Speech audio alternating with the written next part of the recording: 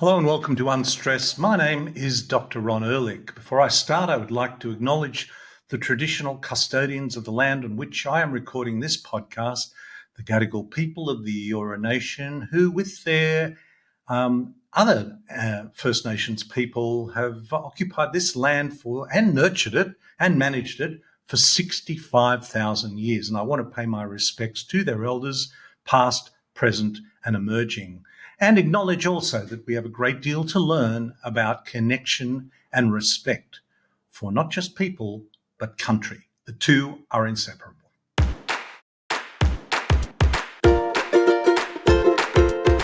Well, today we have a guest who will be talking about some challenging concepts and images, extinction anxiety, something many people have become focused on, and a great deal of anxiety being generated about that. And you do wonder about what is going on in the world. And my guest today is going to be addressing some of those issues.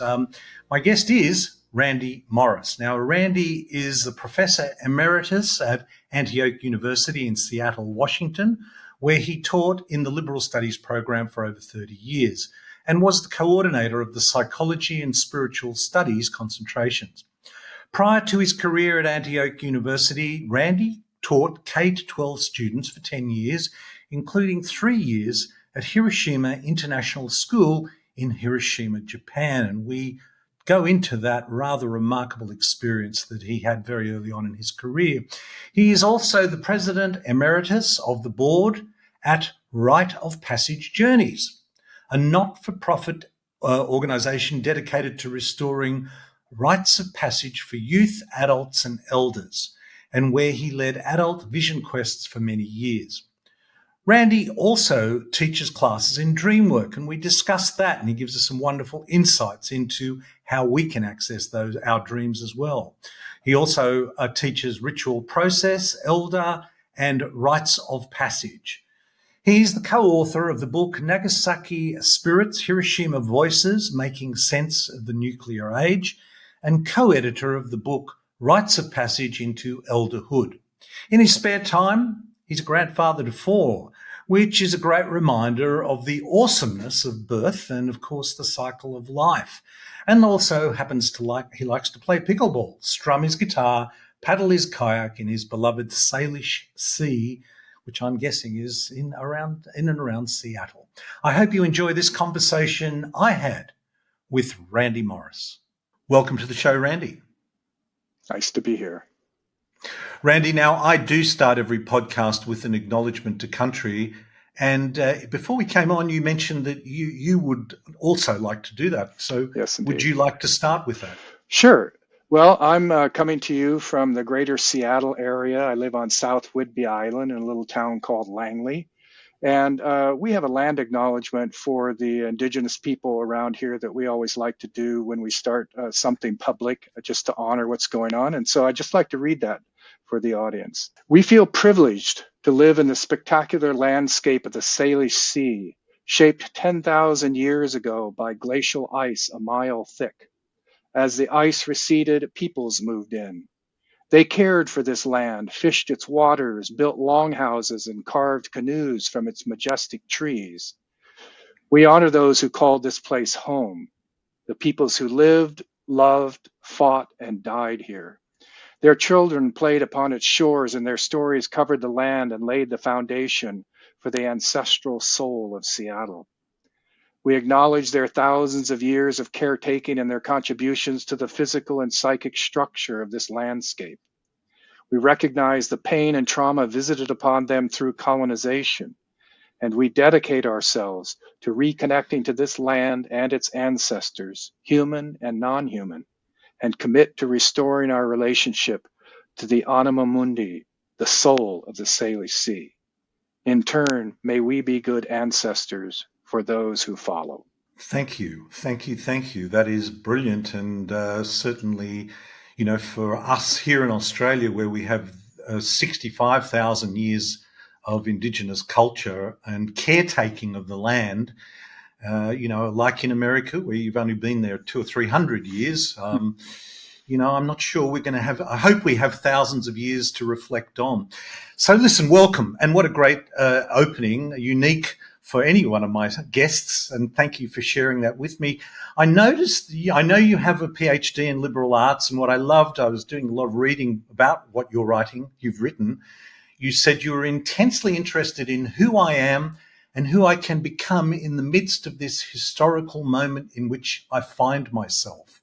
And it occurred to me that perhaps we should all be doing a PhD in liberal arts.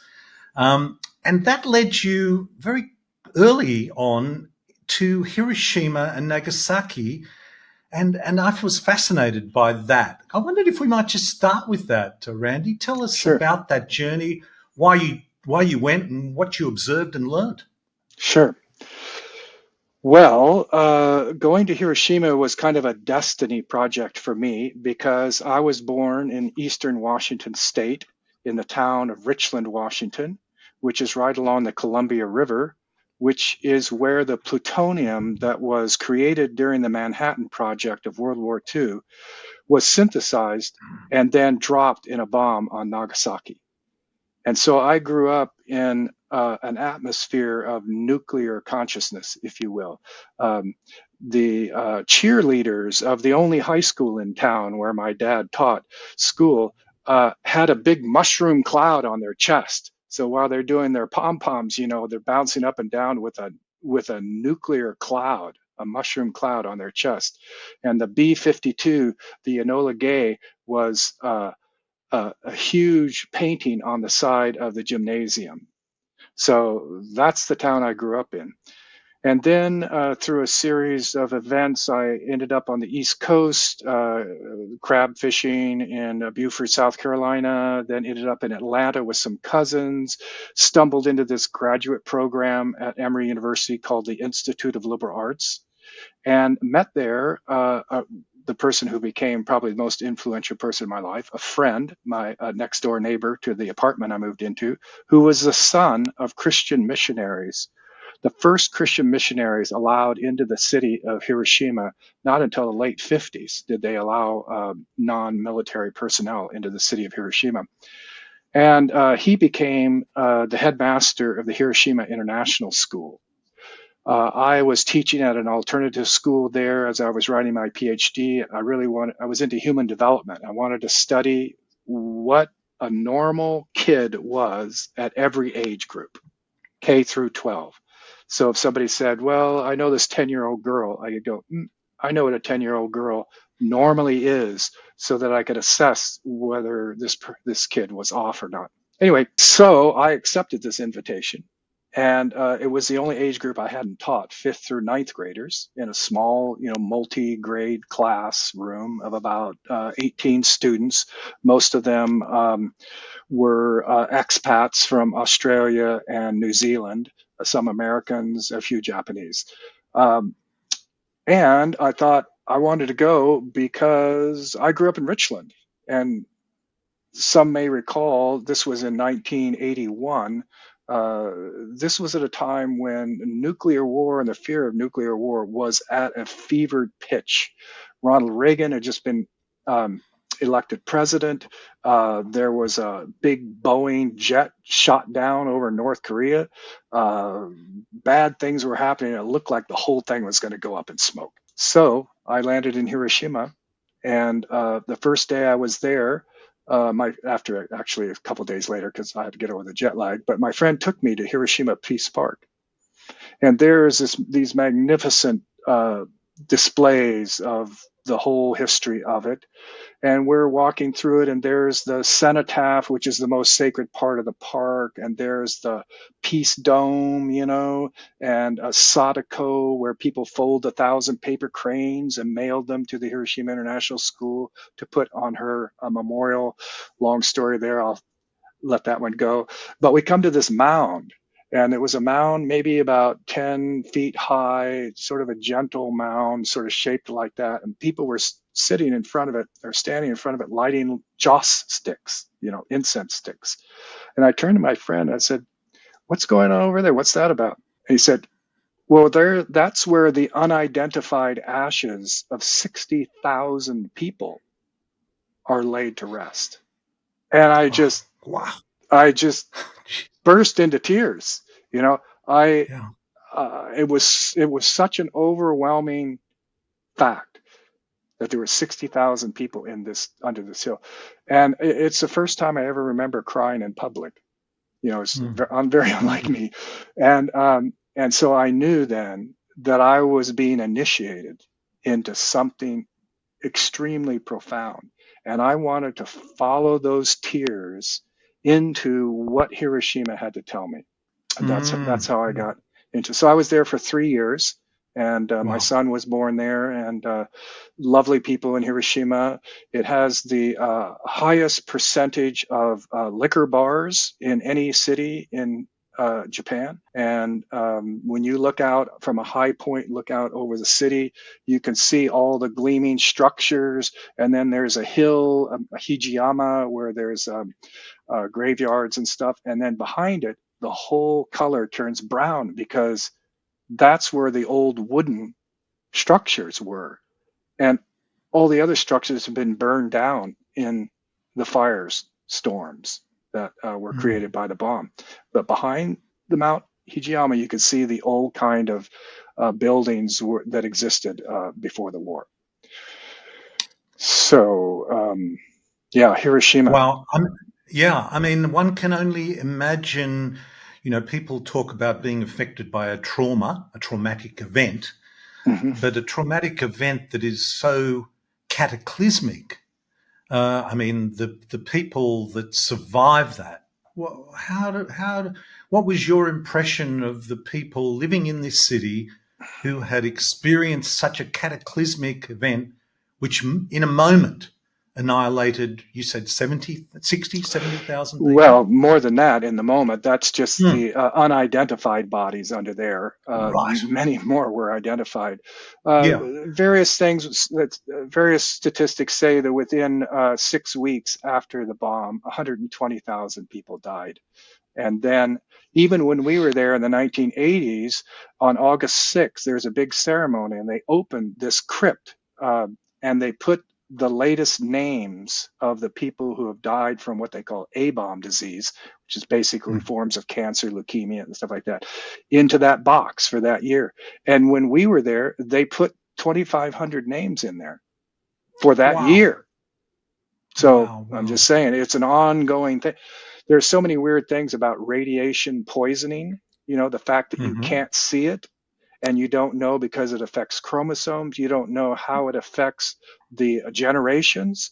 And so there are many marrying age women from Hiroshima who have no effects, who couldn't find a partner because you don't know if their exposure was going to go into the next generation. And so they're all kind of, but in a short answer to your question, because it's a very complex one about how people Mm. responded to it, I would say the Yes. vast majority relied on their Buddhist background, and they use the term shigata ganai, can't be helped. It can't be Wow. helped. So Yeah. acceptance, this is what it was. Now, of Mm. course, there are many people who are very angry about it. I only got in a few confrontations when I was the only American in a setting, and a couple, guys that had a little too much to drink, and they'll go, you know, doing that kind of Mm. stuff. Mm. But in Yeah. general, the people were incredibly nice. They wanted to take all of the energy and sorrow and grief and put it towards peacemaking. Just take Yeah. that energy. It's like the only way you can liberate yourself from trauma, which locks up psychic energy, right, is to revisit the trauma and liberate that energy. But it doesn't just go anywhere. It goes somewhere consistent with the theme of your trauma. That's because your trauma is an initiation into something. Mm. You've been traumatized in a certain kind of way because that's your destiny calling you. And Mm. so the therapeutic move with that kind of trauma is to relive the story, which can, of course, be extremely painful, and turn what you thought was being a victim into a story of initiation. Mm. That liberates the psychic energy that was bound up in the trauma. And now you know where to go. You know what to dedicate yourself to. I Mm. had trauma locked up from years of doing what we call duck and cover as elementary school kids. You know, where you get under your desk because there's sirens going off, a nuclear bomb's been dropped. Hmm. Totally traumatizing my generation, right? Especially in a Yeah. town that's so familiar with the nuclear issue. And so this was a way for me to liberate the trauma, that the energy that had been locked up by my trauma, and become an advocate for peace using Mm. the images from Hiroshima. Mm. And actually, what a bizarre situation to find yourself in, to go to a gymnasium or a sporting field and watch all the cheerleaders jumping up and down with a bomb, a mushroom cloud on. I mean, only in America, I Only in think. America. Only in America. But it's so interesting to hear you say this, because a common theme that we talk about on our podcast is that while you may not have control over people or events in your life, you do have control about how you think about it. And and I know that you are very. You've written a lot about Jung, Carl Jung, the famous psychoanalyst, and he pointed out that what happens to us is only half the story. The other half is the meaning we make of it, Yes, exactly. which is a powerful tool to use. Yep. Well, it's like Hiroshima, like Auschwitz survivors Hmm. saying, if you can understand the meaning of your suffering, you're willing to go all the way with it. You know, Hmm. Yeah. that's that logotherapy. I'm sorry, the name is Viktor escaping. Frankl. Thank Viktor you, Viktor Frankl. Frankl. That Viktor and Frankl. Yes. logotherapy, meaning therapy. Meaning therapy. And this is so important right now, given all that we're going through as a global community. You know, we Yes. have to find meaning of it because it's crazy out there. It's crazy. And so you have to Hmm. find your center and ground yourself in your own personal meaning. Mm. Well, we did a program a few months back or last year with Professor Paul Gilbert, who's written The Compassionate Mind. And what struck me was that he was talking about we're faced with a threat, we then take action, we respond, and then we soothe. And that's the cycle that we ideally should go through. But if we just go through the threat and response, and we don't get an opportunity to soothe, we have a problem. And I know you've used the term extinction anxiety in some of your writings. I wondered if you might just share with us, what does that, I mean, the name certainly gives a little bit of giveaway there, but what does that mean? Well, uh, so being immersed in nuclear imagery, one of the consequences of being attuned to that issue is that the entire Earth can be incinerated at the push of a button.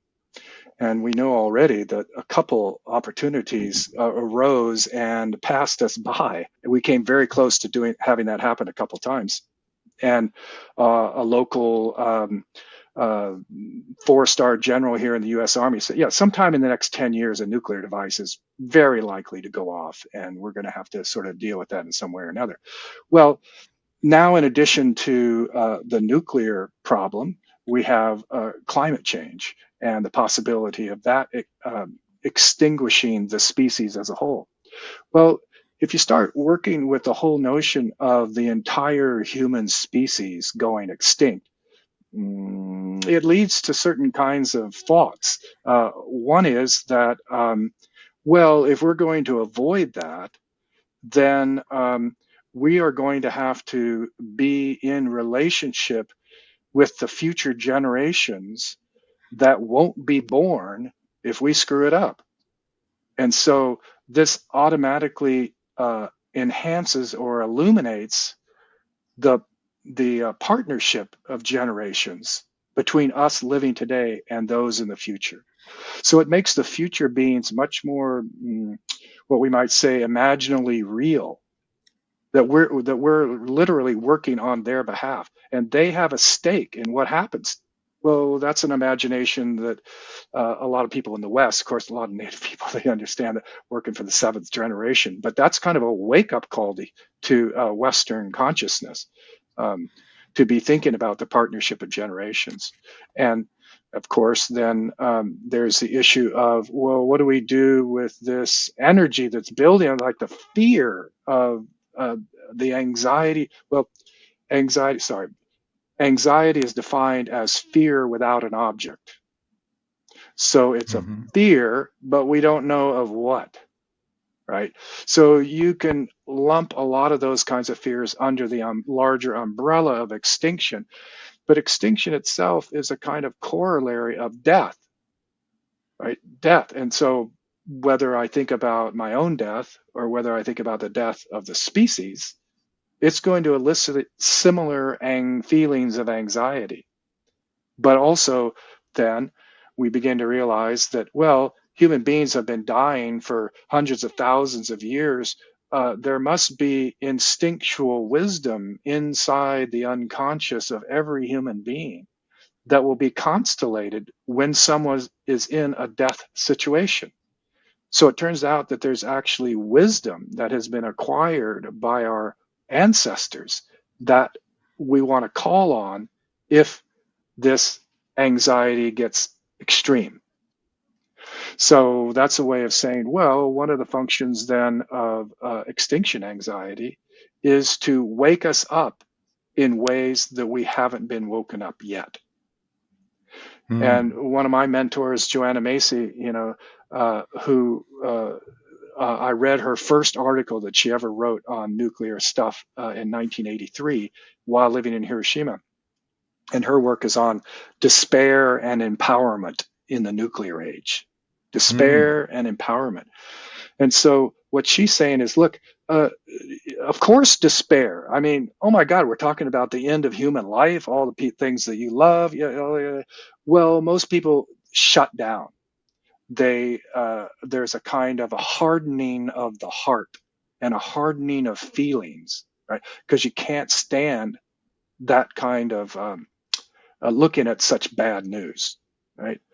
Well, the good news in it, though, is that it will wake you up to the preciousness of life itself.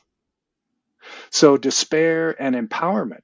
So in her whole way of thinking, the first thing you do before you do any kind of work with dark material is you give thanks for the gift of being alive. Just Yeah. thank you. Thank you for this incredible gift. Oh my God, all these molecules, all these atoms came together to create me. Like, what are the chances? Gratitude for the gift of beyond. Then you can go into your pain for the suffering of the world. That's the despair part. Then now you're ready. You've got your armor on with gratitude, and with gratitude armor on, you can go into those dark places. And her question there is, how many are willing to sustain the gaze of Hiroshima's terror? Mm. How many are willing to sustain the gaze of what's coming at us with climate change? How many are willing to go to the edges? And I've been thinking about Australia in relation to your fires.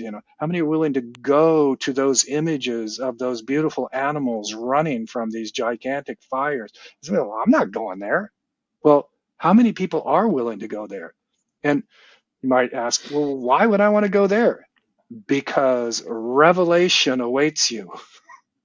Things that you could not have expected will come to you if you're willing to go into those dark places.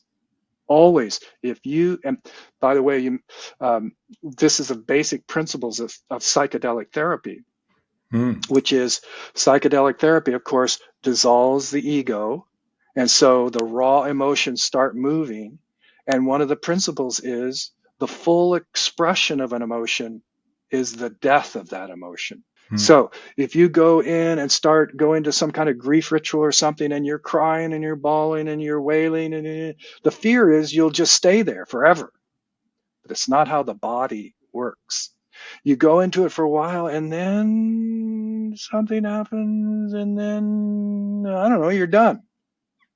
But then what happens is you get this rush of images, of ideas, of feeling states that weren't available to you before because they were locked up by your resistance to going into the dark night of the soul. Mm. Mm. So that's the promise of looking into the gaze of Hiroshima's terror or any other kind of terror that we're confronting now. If you go in there and know how to do it, and there's a skill to doing it, right? Well, first of all, you got to really have a good gratitude practice, Yes. Well, you go in there, and then the third stage of Joanna's model is then you can see with new eyes. That's the revelation part. If you go in there, because your grief is only for things you love, so you're really, when you grieve something, you're loving it. And then when you come out the other side, you're seeing things with new eyes. And then her fourth stage is going forth. Head out into the world. You've done your inner work now. You're going to find a level of energy that's not yours alone. It's not just your energy you're working with anymore, because you have just been blessed by the energies of the earth itself. And you're taking that energy now with you into the world. And you feel like you can do anything. So we go from despair to gratitude to empowerment to go forth. Almost. Start with gratitude. Order? Start with gratitude. Got that order. Okay. Very important. Very important. Always. Start Powerful. with gratitude. Start with gratitude. Okay. Then despair. Yes. Then seeing with new eyes. Then going forth. Yes. Wow. And if I can add one more thing. Yes, please do. The key to doing this kind of work, this is about extinction and working with extinction anxiety, right, is don't do it alone. When we go into these dark places, we need companionship to go down there, even if it's just one other person, a small group.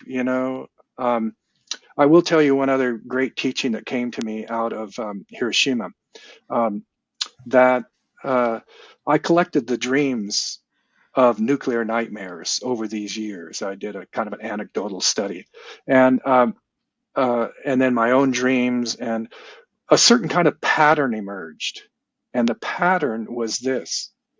There's a kind of a scene of a rocket, nuclear weapon, going, and then on the other side is some kind of hill or some kind of, small mountain or something. The missile hits, and everybody's looking up. You may be moving around in a shopping mall or somewhere in a neighborhood or something. Everybody's watching the thing, and they go like this, and then the mushroom cloud starts coming. You realize, oh my God, this is it. We only have 20, 30 seconds left before that wave is going to annihilate us.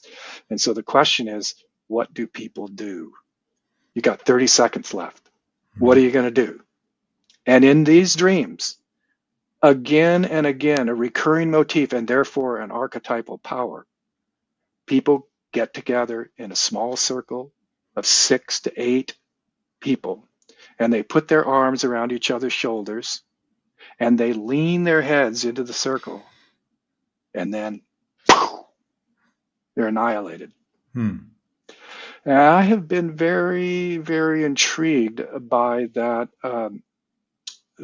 motif, that image, and it's led me to think that what we need to be doing in extreme times is forming small circles. I'm part of this organization called Saging International, and its goal is to create small wisdom circles, of 8 to 10, maybe 12 people.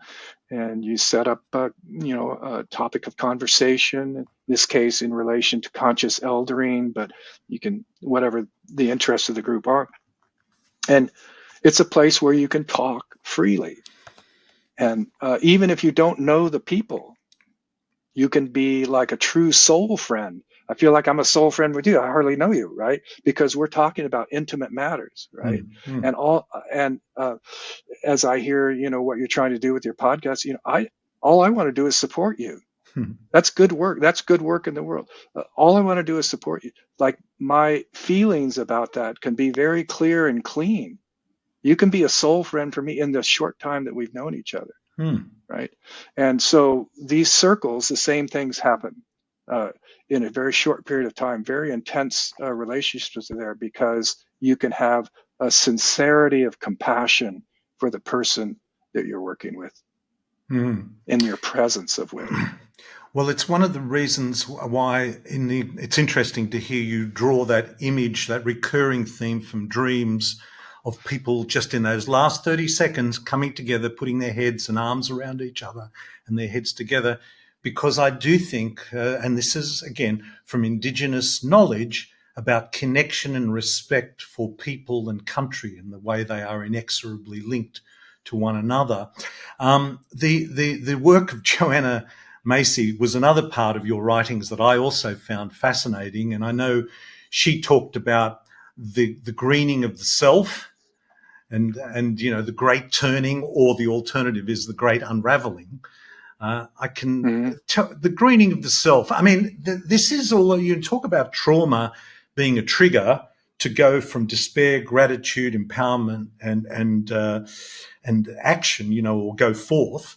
The trauma is interesting because in healthcare, often people experience a trauma of a cancer diagnosis or something, and it turns them around. And some people I've even heard say, the best thing that ever happened to me. It changed my life for the better.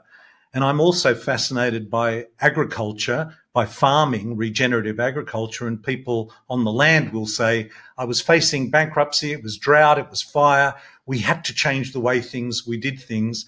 And that was the best thing that ever happened to me. And yet here we are faced with an existential threat, and yet we seem to be distracted. There's no shortage of distraction to distract us from engaging in that 4 steps that Joanna talks about. Is that your perception too? Absolutely. By the way, I just want to make sure that you change the order, because if you don't do the gratitude, did I say? I'm sorry. Sorry, yeah, I it's gratitude. I'm a bit of a stickler about that point. No. Because, I wrote notes and I put the wrong numbers in the wrong place. Yeah, okay. So I've got it. Gratitude, despair, empowerment, and go forth. Thanks. Yes. So trauma and distraction. Trauma and distraction.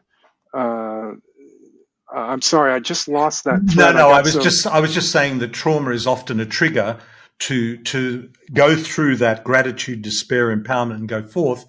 But unfortunately, the vast majority of the population seem to be distracted by distraction. Distraction. Right.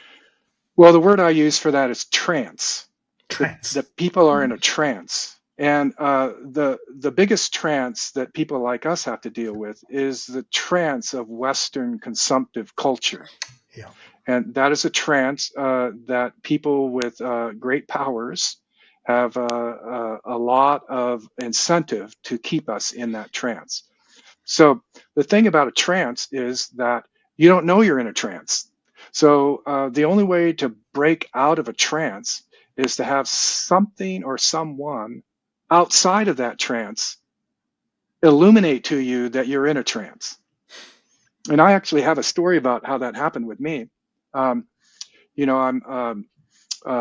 the president emeritus of an organization called Rite of Passage Journeys, and they take kids out on 2 and 3 week backpacking trips through the Olympic Peninsula of Washington State, and they do a 24 or 48-hour vision fast on the Washington coast there.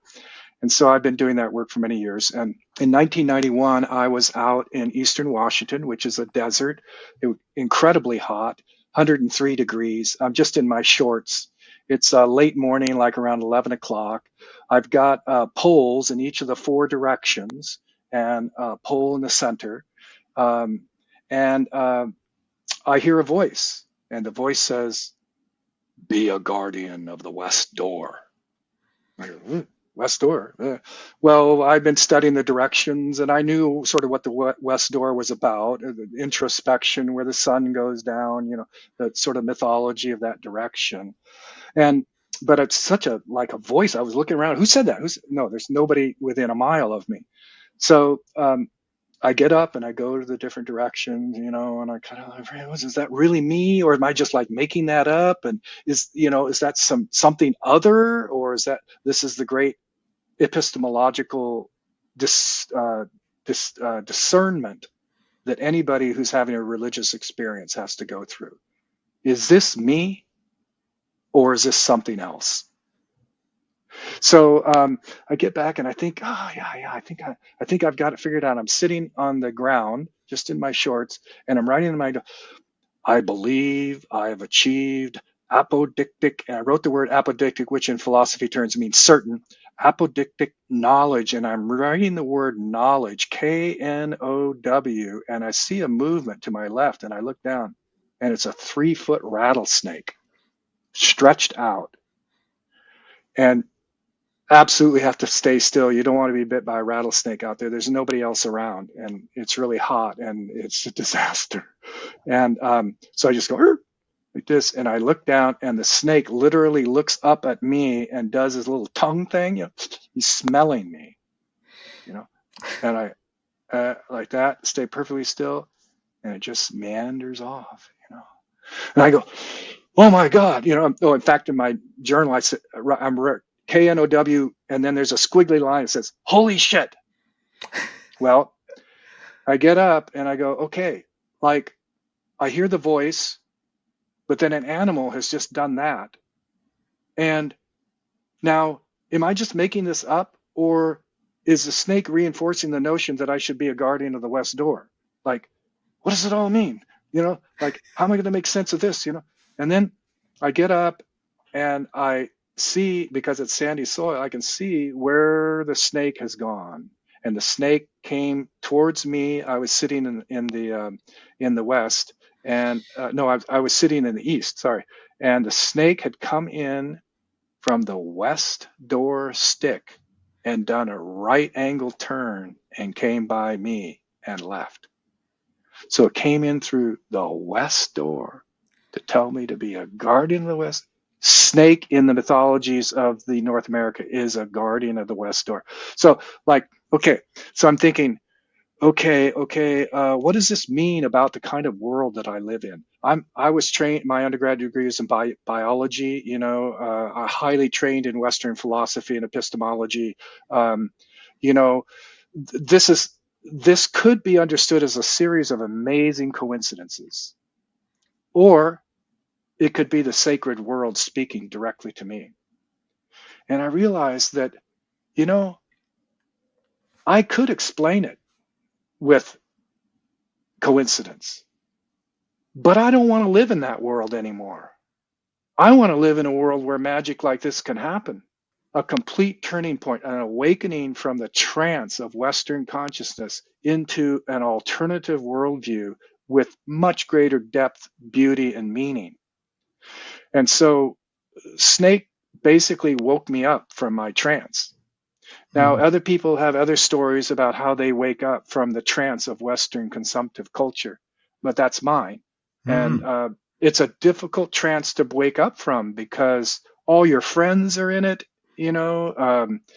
all the things you buy, your comforts of filling your car with gas, everybody's in it, and I'm still in it in some ways, but I'm aware that I'm in it, which is the big difference, right? I'm consciously participating in Western consumptive culture because I'm not ready to completely drop out. But because I'm now awake to it, I can make conscious choices about my role in waking other people up and in being a prophet, in the sense of, not in the old sense of, prophets wake people up and tell them how bad they've been. The role of the prophet is to awaken people from the trance that's killing us. And that's, I'm sure, what you're doing, and other people who are trying to be as conscious as possible about what's going on. We're trying to wake people up to the trance that's killing the planet. Well, I'm come to the conclusion, Randy, that, and this has been one of my mentors has said, that if we're waiting for the change to come from above, and I'm not talking about God here, we're going to be waiting a long time. The change has to come from the ground up. And your wisdom circles and these other rites of passage journey things is very much about that and awakening. It's interesting to think also about our preoccupation in the West with the scientific model, isn't it? Because you could have just put it down to coincidence, but going back to Jung, it's the way you interpret things more than just what you've experienced that's important. And this is kind of the power of the psychedelics too, giving us a non-scientific perspective. I mean, we've explored this on the podcast, but I'm interested. You actually referenced an amazing thing in one of your writings about this fellow Christopher Bache, who had written the book Dark Night, Early Dawn, toward a deep ecology of the mind in LSD, and he'd done 73 high-dose LSD sessions over a period of 20 years and took meticulous notes of his experience. Wow. Yeah. So Dark Knight Early Dawn was around 2000, but his latest is called LSD and the Mind of the Universe. Oh, right. Okay. Yeah, And okay. yeah, we had him speak at the local Jung Society here. He was really a nice guy, and you can find out more about him on the internet. Well, I'd But love an yeah, and he's introduction, Christopher. I'd love an yeah, introduction around to him. Yeah. yeah. But anyway, go on. Tell Well, me. so he's a professor of religion at Youngstown State, I think. I'm not quite sure. Haven't looked at his stuff just recently. But yeah, he wanted to explore LSD not as a recreational thing, not as a therapeutic thing, but as a form of spiritual inquiry. And so he somehow got a hold of very pure LSD and took what people now call a heroic dose of LSD. And his wife was a psychotherapist, and she sat with him, and he just lay down there. He had music picked out and in advance, and would have the experience for that day.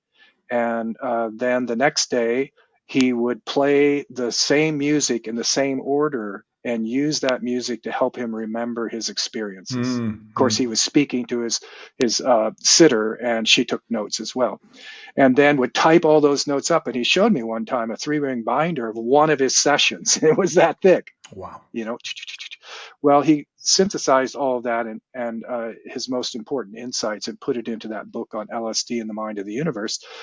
And the most interesting thing to me was the amount of psychic suffering that he had to go through on so many of his sessions. And it seems like even if he took a break, and at one point he took a break, I think of a couple years, and came back and then he just picked up where he left off in the previous session. And these sessions built on one another, and entities came and talked to him. It's really far out stuff, but had some very important things to say. And he's the one who coined the term that I now use, that humanity is basically now going through a dark night of the species soul. And that helped me because as a student of rites of passage and Vision Quest, I was a Vision Quest guide. I could see the transitions that people were going through when they would go out on Vision Quest, huge transformations of their psyche. And I went, well, this is the closest I'm going to get to understanding how these same dynamics work at the level of the species. So humanity is going through a rite of passage. It's going to go through a separation phase, which is where we're at now. And we're going to get the really hard liminal phase as the society begins to break down. But it's a very complex society. It'll take a while, you know. And then at some point in that true breakdown of things, there's going to be an awakening. And the wisdom that we've been repressing is going to flow through people. And yes, it may be a reduction of population, but it's going to go through the people who are alive, and it's going to completely transform how humans think about themselves. And this is just the way, I mean, to me, this is not a far out idea at all. I mean, this is just how consciousness changes. You know? We've had something similar happen around the what some people call the axial age, around 350 BC, you know, with Buddha and Socrates, and many people have been writing about the first axial age and calling what we're in now the second axial age. But that's going to come about through the same dynamics through which consciousness has always changed, namely through a rite of passage. Wow. Well, I'm going to follow up with this Christopher Bache and get him on as a guest, but there is so much. I mean, it just gives a different perspective that we are not, you know, it just gives us a certain clarity where space. This is why I think Indigenous cultures have so much to offer too, because, I mean, I think probably the first interaction with psychedelics would have been as apes over 6 million years ago, just stumbling upon some mushrooms or whatever and eating them and having an incredible experience. And it's been going on ever since. I've just been reading The Immortality Key, The Secret History of the Religion Without No Name, which is all about the use of psychedelics in ancient Greece for 2,000 years as a rite of passage, giving a Yeah. perspective. I mean, you've had your own personal experience, and I know I've had mine. What was some of the things which you've come away from that with? Yeah. Yeah, well, I remember as a student of biology in graduate school between my junior and senior year, taking, I believe it was some psilocybin, and it was a Saturday. There had been a light rain earlier. We're out in a park somewhere, and I'm walking back to the car when I step in a small puddle, and I have this feeling something's going on behind me. And I look behind me and there's the puddle. And because my foot went in it, all the mud has come up and it goes shh, like this.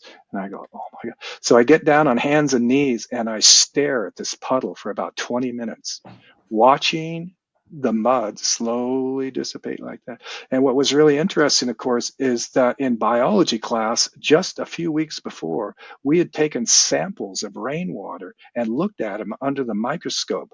And so I knew all the little rotifers, the translucent, beautiful, individual personalities, the way they move, those rotifers, their world had been destroyed, but now it was coming back to a stasis, right? And I was going, God, look, think about all the interactions that were going there, and then I stand up and I look around and I go, oh my God, I'm a rotifer in a larger system. And the earth itself is a rotifer in a larger system than that. And boom, through a spiritual experience, I'm introduced to the concept of systems theory, which is the basis of ecological thought and the web of life. So it was a spiritual revelation of the web of life that influenced and still does everything that I do. Hmm. I mean, it's this coming out of the trance, which so many of us find ourselves in, paradoxically.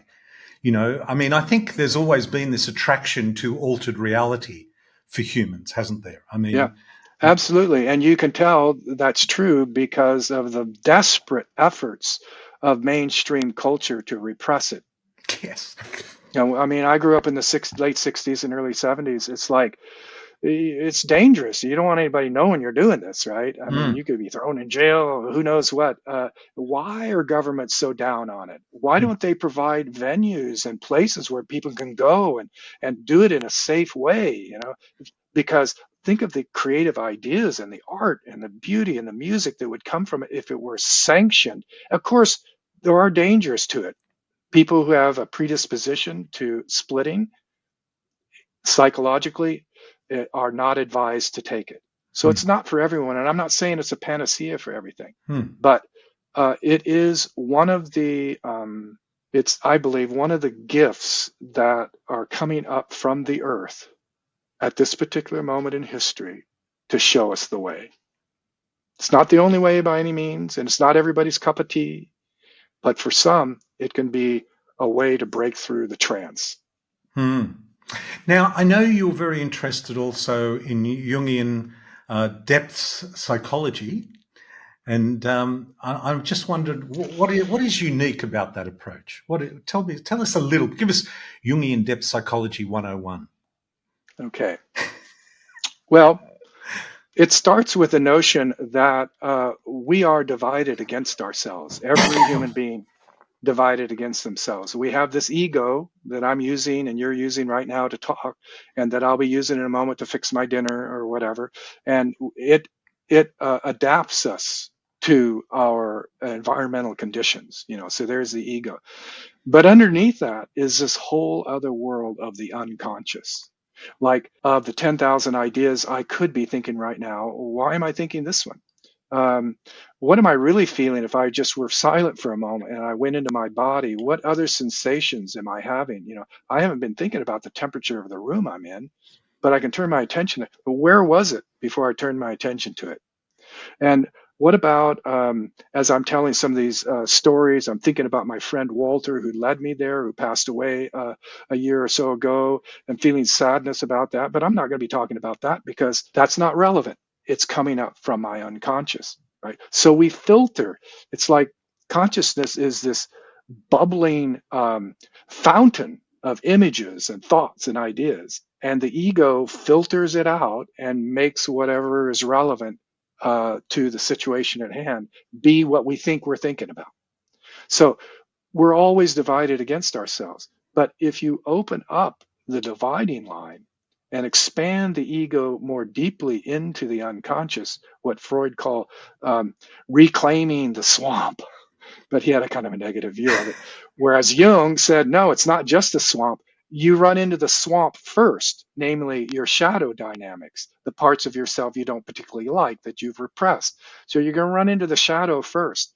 But if you can navigate your way through the swamps, you get to this whole other terrain, which is composed of the archetypal beings of mythology, the question of the archetypal being of the being that writes your dreams every night. I mean, when you wake up with a dream and you go, oh my God, I could never have thought that one up.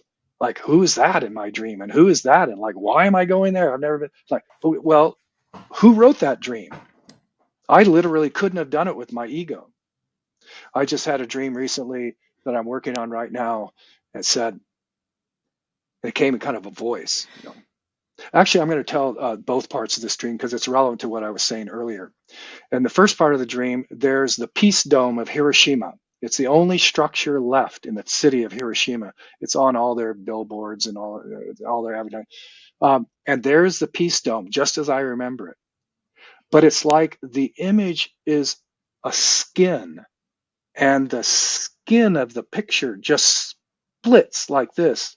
And underneath it is this black, black, I don't know how to describe it, a substance that's literally indestructible.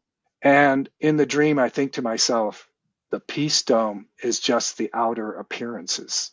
So that's one dream. So it means that the outer appearance, there's something underneath that. Then a voice appears. There are 4 therapies: a therapy of depth, a therapy of time, a therapy of dream, and a therapy of God. End of dream. Oh, okay, whatever, I'm waking up, I'm writing it down, I go, who wrote that? I've never thought those thoughts ever, I mean, I've seen the peace dome, but I never thought of its skin splitting and it's showing the bones that are underneath that image. Nor have I thought of there being 4 therapies, but I am now, because whoever wrote that in my unconscious and allowed it to come up through and make it perceptible to my ego wants me to work on that. So what it means is, and this is the second principle of 101 Jungian psychology, is that the psyche as a whole, ego and unconscious, is intentional. It wants something of you. There is a deep hidden meaning in each of our lives that is waiting in the well of the unconscious. And if you work to manifest that, to make it as conscious as possible, work through the shadow dynamics that are obscuring it and get to the golden fleece, the pearl of great price at the center of your heart, then you're now in what Jung called the greater work of fulfilling your destiny. He called the lesser work is working with your shadow, which most people call therapy. But the deeper work, the greater work, the alchemical work, is finding the deep meaning and purpose of your life. So that's the second thing about it. And then the third principle of depth psychology I like to talk about is learning how to die well. Like, I could have died if that snake had bit me, but it didn't. It turned out to be a symbolic death.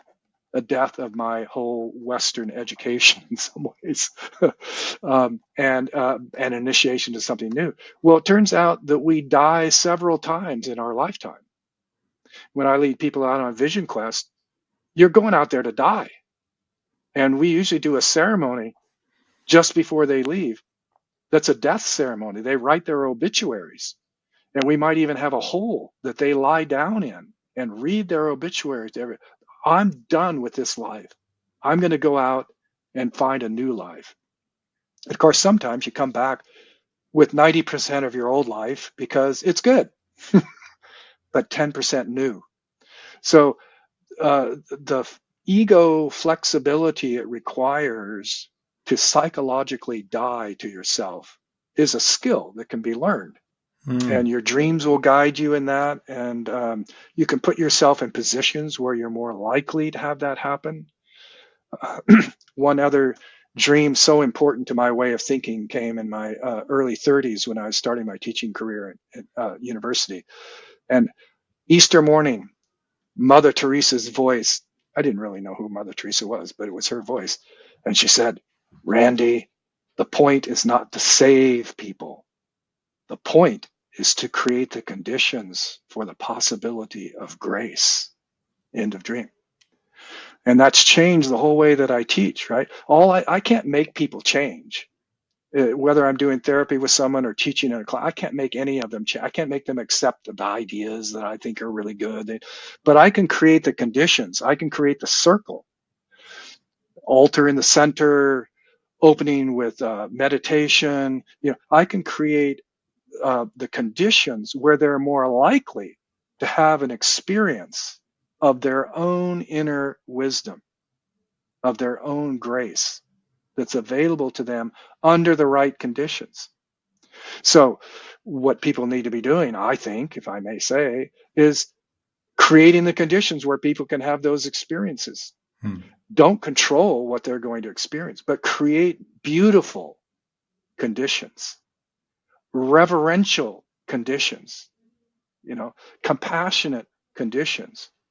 And if you create those conditions with a good heart, the people in them are going to experience compassion. They're going to experience reverence because compassion and reverence are going to come to them from some other place. Whether you locate unconscious here, but really the unconscious in a much larger way is a world unconscious. A web of life is guiding this whole process, And it wants to move towards wholeness. Everything wants to move towards wholeness, towards the web of life, integrated. It just wants to go that way. The entire cosmos wants to go that way. And if you've looked at the work of Brian Swim and this incredible documentary called The Journey of the Universe, Yes, been trying to find it, actually. Been trying to find it to look at. Yeah, you can find it on Vimeo. I think it's also, Journey of the you'll Universe. find it if you go. Yeah. Brian Swim, Swimme. Yep. And to me, that story of the universe is the new creation myth of the global commons. Because you could take that to your native friends in Australia. I could take it to my native friends here. They'd all recognize it. They'd all see, this is what we've been saying all along. Yes. It's interesting too. The other thing I find so appealing about indigenous cultures is they seem to have understood quantum physics long before the West came to even think about it. It was just intuitively there. There was no time, time had little meaning. Past, present, future were all connected. Yes. Well, I will say this, an idea that Jung said that I think is important, that, okay, so if going back to the old indigenous ways is the right direction, why would archetypal forces create an ego? Like, what has Western consciousness with its very strong ego accomplished? And there is something important that it's accomplished. So I actually don't think it's a matter of going back to the way things were. No. It's a matter of taking the way things were and bringing the best of ego consciousness to what's coming in the future. And so what did the ego create? The ego created a capacity for reflection, a capacity for awareness. So we're not just in the web of life anymore as these things begin to develop. we're aware that we're in the web of life. And because now we're aware that we're playing a role in the development of the web of life, humans are the biggest geological force on the planet right now. We are co-creating with that force. Some could call it God. Some could call it the anima mundi, whatever that intelligence is that's moving not only through the earth but all through the cosmos. It is. We're now aware that we're co-creating with that process the future of the planet Earth, and that's the gift of ego consciousness. So we don't want to throw the baby out with the bathwater. We still want to stay conscious. We just don't want to stay in the trance of a superficial egotism, Yes. which is the disease of our time. Well, I think one of the things that has been a force in the last 40 or 50 years is the rise of individual rights, and it's certainly delivered some good things in terms of, children's rights, women's rights, sexual rights, all this kind of gender equality, all that kind of stuff. But it's created a total focus on the individual, and a kind of I don't know what the word is, an entitlement for the individual. Yeah. Well, it's a kind of a militancy of a good idea. And the problem is it's only 50% of the equation because the other equation is responsibility. So, yes, individual Yes. rights understood in the context of responsibility. And responsibility to what? How about the partnership of generations? How about creating circles where people can experience more directly the wisdom that the earth is trying to bring up through them? What about those responsibilities in the midst of you now finally having an identity that you feel comfortable with? Yeah, no, that's key, isn't it? Yeah, responsibility. Yeah. And I should say, too, as two white men, that this is an important thing for men to realize. Um, you may be the villains now, but you need to bring a certain kind of consciousness to who you are as a privileged white male.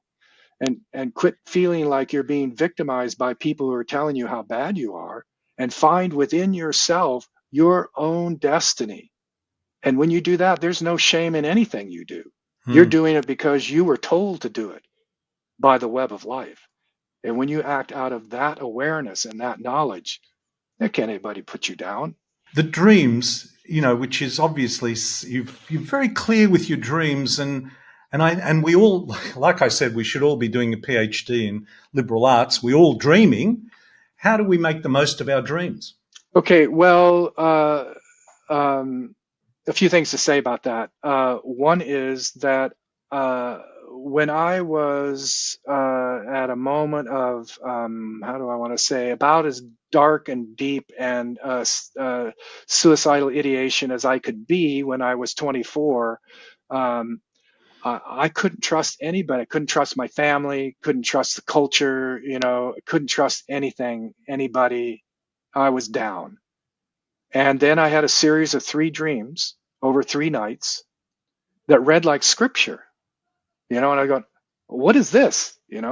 And I knew as a biologist that they were brainwave patterns, but how could the brainwave patterns be correlated to these images that look like they are biblical? And so I said, there's something going on here bigger than me. And so I'm going to write down every dream I can remember from now on.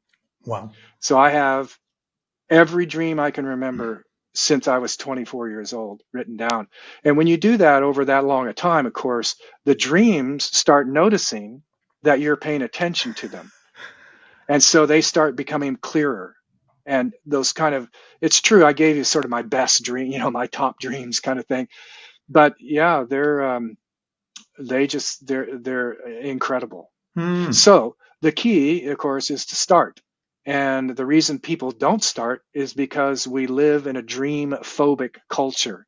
They're not supported. So one of the best things you can do is get together 2 or 3 other people and do a little dream group and meet, and a person talks about a dream, and people, there are some techniques for doing that. I'd be happy to share with you a short little way of working with that. I like the book called Inner Work by Johnson. It's kind of a classic. You know, here's another thing. If you go on to the Jung Society website, Hmm. jungseattle.org, and you go to recommended readings, I've Hmm. listed some things there, and some other people have as well, a way to get into tracking your dreams. Mm. Oh, that's fantastic. Because and when you record these, I'm assuming as soon as you wake up, you have something by your bed, which does that. Always, Always. always. My wife knows we go to a hotel. She knows which side of the room bed I'm sleeping on because I need my right hand, the least amount of movement. I've been into a sleep lab where people are hooked up with their EEGs, and as soon as you move a little bit, like this, right, totally interrupts the brainwave patterns. So if you the least movement to write down just jot down some notes. I don't write out the whole dream. I just jot down some notes so I'll remember it later. Then come back, and if I'm going, oh, I don't remember what was that last part. What was that? I go back to the position I was in when I woke up and just allow the open feel. And oh, there it is. There it is. You can go back and write the rest of the dream.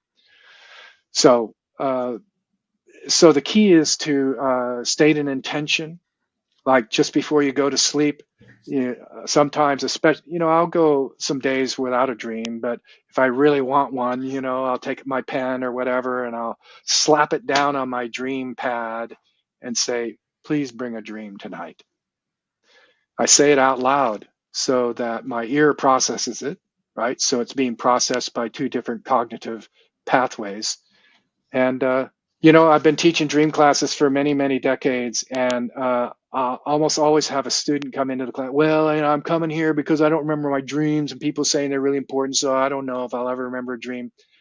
Never had anybody leave a dream class that didn't remember their dreams, because now they're like shy little animals. You got to create the circle for them to be received. Yes, any dream you have, no matter how odd, even if it's like, you wetting your bed or whatever, all those dreams, they're going to be welcomed here. We're going to welcome them into this circle and talk about them. No, I love that. And listen, Randy, it's been incredible. I knew when we met, and we only met briefly, that we would have a very interesting conversation. And I just want to, in closing, just ask if you were going to leave our listener with a few suggestions about overcoming that extinction anxiety, which we are all going through, or avoiding the great unraveling and become part of the great turning. What Mhm. what would be some of the things? What would be a couple of things you would suggest to our listener? Yes. Well, it happens in one of my papers that I just wrote a little paragraph of therapeutic suggestions, and it's very compressed, but it might trip a few people's imaginations. And it goes like this: track your individuation symbolism, like through dreams and stuff. Learn how to listen to the voice of the earth. When acting on behalf of future generations, don't be concerned with the outcome of your actions. Cultivate the heart. Live as if you have no fear of dying. Resist nonviolently. Celebrate the gift of being alive. Practice random acts of kindness and beauty. Learn how to design rituals, especially grief rituals, that use music, poetry, art, and dance. Bury your illusions with dignity. Find your tribe of trusted allies. Know where your water comes from. Think globally, act locally. Ask yourself what it means to be a caretaker of the soul at the beginning of the Anthropocene. Cultivate always an attitude of gratitude. These are the contours of a therapeutics for extinction anxiety. And then I have one more too. This was written. I've left a copy of this around my house so that I can run into it every once in a while, and because I found it really helpful when I get down a little bit. Because staring into the maw of the horror and terror of Hiroshima is not something you want to be doing 24/7, right? Sure. And things are looking bad for 2024. Although I will say this, it's key to thinking about extinction anxiety. The future is a blank canvas. for the projections of your psychology. And so no one knows what's going to happen. So I'm not a doomer, because that would say, oh, I know what's going to happen. I don't know what's going to happen. It's looking bad, but no, I want to stay in the present, listen to the voices that are speaking through me, and enjoy the gift of being alive. So here's what Jim Garrison, who is the president of Ubiquity University, that's the old Matthew Fox Creation Spirituality University, goes like this. As we enter 2024, we are embarking on what all of us know will be an eventful year, possibly one that will determine our fate for generations to come. The world is getting worse and worse, better and better, faster and faster, and events are literally cascading at an accelerating rate all around us. Something immense is dying. Something magnificent is being born. And we are both hospicing the old and midwifing the new at the same time. Thus, our spiritual awareness, our integrity of thought, our speech and action, our clarity of purpose, and our reverence for Mother Earth will help shape the outcome as humanity dangles on the brink of breakdown and breakthrough. Randy, that's how I think about it. Thank you so much for joining us today. I've so enjoyed our conversation. I'm going to have links to some of your writings, which you've shared with me. Thank you so much. It's a real pleasure. Thank you for this work and for doing the work you're doing. Yeah. Well, as I said, when I first met Randy at a webinar a few months ago, I was just spent a few minutes chatting to him, and we struck up an accord. There was a feeling there that I just felt there was some important issues which he likes to think about, has written a lot about, and we will have links to some of those writings, and I wanted to share him with you. I also would remind you to have a look at our Unstress Health community, a community which is independent of industry and focused rather uniquely, I think, on public health. What an unusual idea that is. A health organisation focused on health. But this is independent of the chemical, food or pharmaceutical industry. And I think that is a very big and important feature of it. I hope this finds you well. Until next time, this is Dr. Ron Ehrlich. Be well. This podcast provides general information and discussion about medicine, health and related subjects. The content is not intended and should not be construed as medical advice or as a substitute for care by a qualified medical practitioner. If you or any other person has a medical concern, he or she should consult with an appropriately qualified medical practitioner. Guests who speak in this podcast express their own opinions, experiences and conclusions.